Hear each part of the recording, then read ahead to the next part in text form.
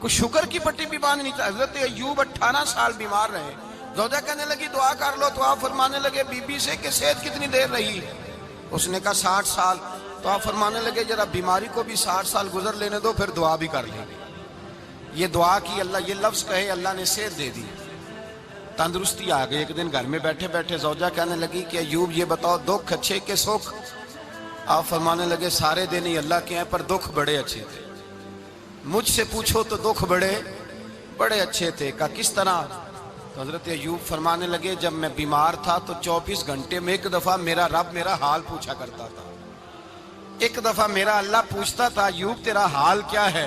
فرماتے ہیں 12 گھنٹے تو لذت ہی رہتی تھی کہ میرے رب نے میرا حال پوچھ لیا ہے، اور اگلے 12 گھنٹے میں انتظار کرتا تھا مالک حال دوبارہ کب پوچھے گا.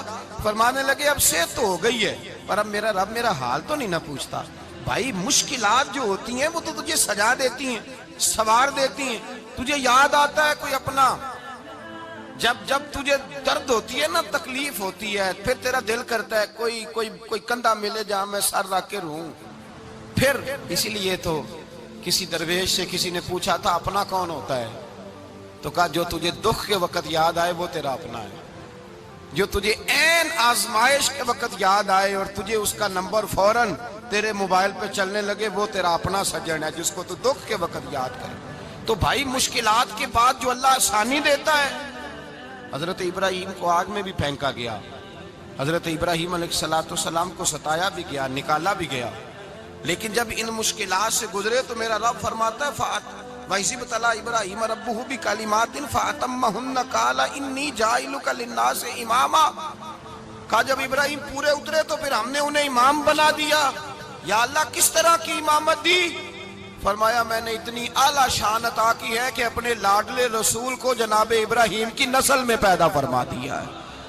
میں نے مصطفیٰ کو ان کی نسل میں پیدا کر دیا، قیامت تک کے لیے ان کا وقار بڑھا دیا. اللہم صلی علی محمد وعلی آل محمد کما صلیت علی ابراہیم وعلی آل ابراہیم. ان کی عظمت بڑھا دی اس لیے کہ جب وہ آزمائش سے گزر کر کے آئے پھر جو آسانی دی.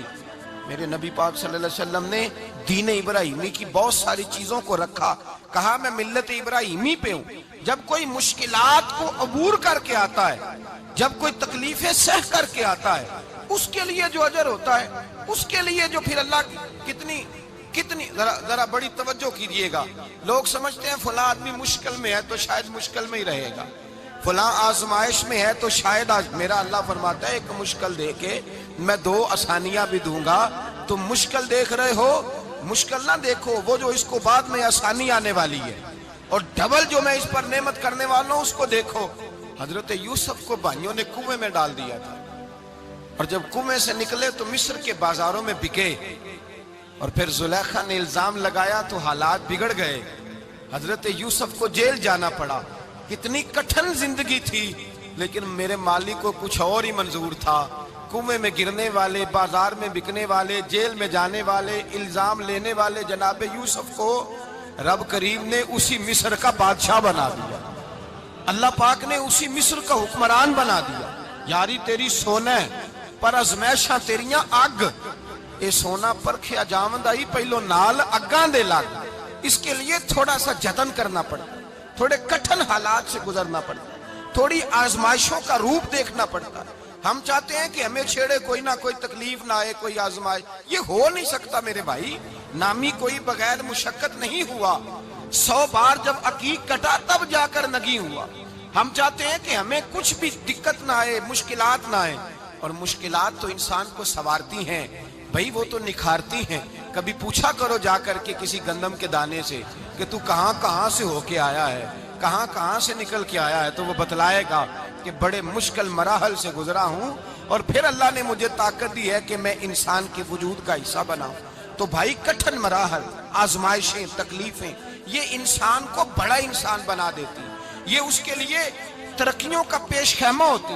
ہمارے جوان پریشان ہو جاتے ہیں. عورتیں خاص کر کے اس بات پہ توجہ کریں، وہ بڑی جلدی غم لے جاتی ہیں. وہ کہتی ہیں جانے میرا کچھ ہوگا ہی نہیں، جانے میرا کچھ ہو ہی نہیں سکتا. میرے بھائی درجنوں اور بیسیوں لوگ ایسے ہیں جن کی اولادیں نہیں تھی لیکن نام ان کا ان سے بھی زیادہ ہے جو بڑے بڑے صاحب اولاد. حضرت خواجہ معین الدین اجمیری کو جانتے ہیں آپ لوگ؟ نہیں، جو جانتے ہیں وہ بولے جانتے ہیں جی؟ لو جی، کافی سارے جانتے ہیں، تھوڑے جی رہ گئے نا۔ جانتے ہیں نا خواجہ صاحب کو؟ ان کے کسی بیٹے کو جانتے ہوں؟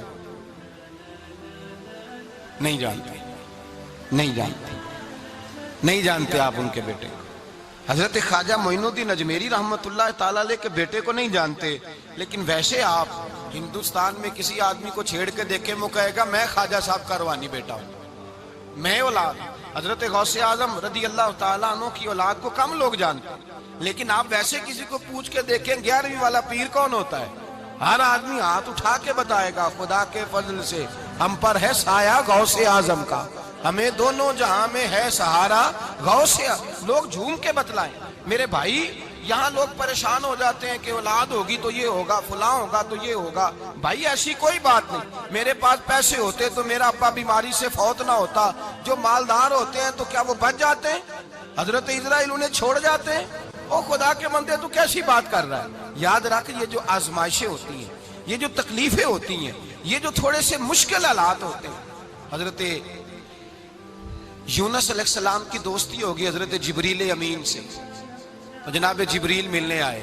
حضرت یونس علیہ السلام فرمانے لگے جبریل میرا دل کرتا ہے مجھے اس بندے کی ملاقات کرا جو اللہ کا سب سے زیادہ عبادت گزار بندہ ہے۔ حضرت جبریل امین لے گئے دور دور فلسطین کے علاقے میں، اور لے جا کر ایک بندے سے ملاقات کرائی جس کی دونوں آنکھیں بھی کوئی نہیں تھی، دونوں بازو بھی کوئی نہیں تھی، دونوں پیر بھی کوئی نہیں تھی، اور اس بندے کی زبان پر لفظ بڑا کیا جاری تھے، یا اللہ تیرا شکر ہے، یا اللہ تیرا، بول کے کہیے، یا اللہ تیرا، اے اللہ تیرا شکر ہے۔ شکر شکر کر رہا تھا۔ حضرت جناب سیدنا یونس علیہ السلام کہنے لگے میں نے تجھے عبادت گزار کو ملانے کو کہا تھا، تو کہاں لے آیا؟ حضرت جبریل کہنے لگے یا یونس، یہ ہر چیز جانے کے باوجود اپنے رب کی رضا پہ راضی ہے۔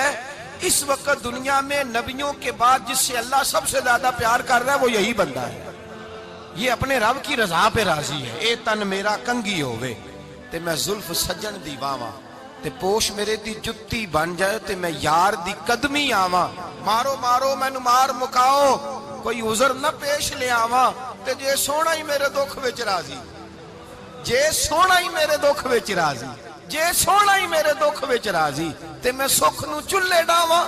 مالک کی جب اس حال میں راضی ہے تو بس ٹھیک ہو گیا، ٹھیک ہو گیا۔ وصل اچھا ہے نہ فراق اچھا ہے، بس جس حال میں محبوب رکھے وہی حال اچھا ہے۔ بس جس حال میں انہوں نے رکھا بات ٹھیک ہو گئی۔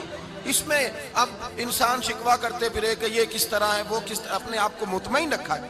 مشکل کے بعد جو آسانی حضرت لقمان حکیم، ان کے نام پر قرآن مجید کی پوری سورت ہے۔ حضرت لقمان حکیم علیہ رحمہ آپ اپنے بیٹے کو نصیحت کر رہے تھے، کہنے لگے بیٹا کو مشکل آئے تو گھبرانا نہیں، کوئی مشکل آئے تو کرے بیٹوں کو سمجھ آ جائے کہ مشکل آئے تو، سمجھ آ رہی ہے بات کی، مشکل آئے تو۔ اور کیا خوبصورت جملے، بیٹے کو بٹھا کے کہتے ہیں بیٹا چھوٹی مشکل آئے گی تو اللہ بڑی مشکلات آسان کر دے گا، سمجھو چھوٹی مشکلات آئیں تو اللہ نے بڑی مشکلیں اس نے آسان کر دی۔ اور آپ کو بتاؤں اصل انسان ہوتا ہی وہ ہے جو مشکلوں میں جینے کا ڈھب سیکھ جاتا ہے، وہ بن جاتا ہے جو کرب کے حالات میں جینے کا سلیقہ سیکھ جائے۔ اپنے بچوں کو یہ سمجھانا، حضرت لقمان بیٹے مشکل آئے تو گھبرانا نہیں، بڑی کو ٹال دیتی ہے، وہ نیکی کا اور آسانی کا پیش خیمہ ہوتی ہے۔ اللہ اس کے بعد آسانی سمجھا رہے ہیں۔ کچھ دنوں کے بعد کہنے لگے آؤ فلاں اللہ کے نبی کی ملاقات کو چلیں، فلاں نبی علیہ السلام سے ملنے چلتے ہیں۔ اس زمانے میں جو نبی تھے ان سے ملنے چلے گئے۔ بیٹے کو بات یاد تھی، گھوڑے پہ بیٹھے، امام ابن جوزی نے اس کو لکھا ہے، گھوڑے پہ بیٹھے تھے دونوں کے پاس گھوڑے تھے۔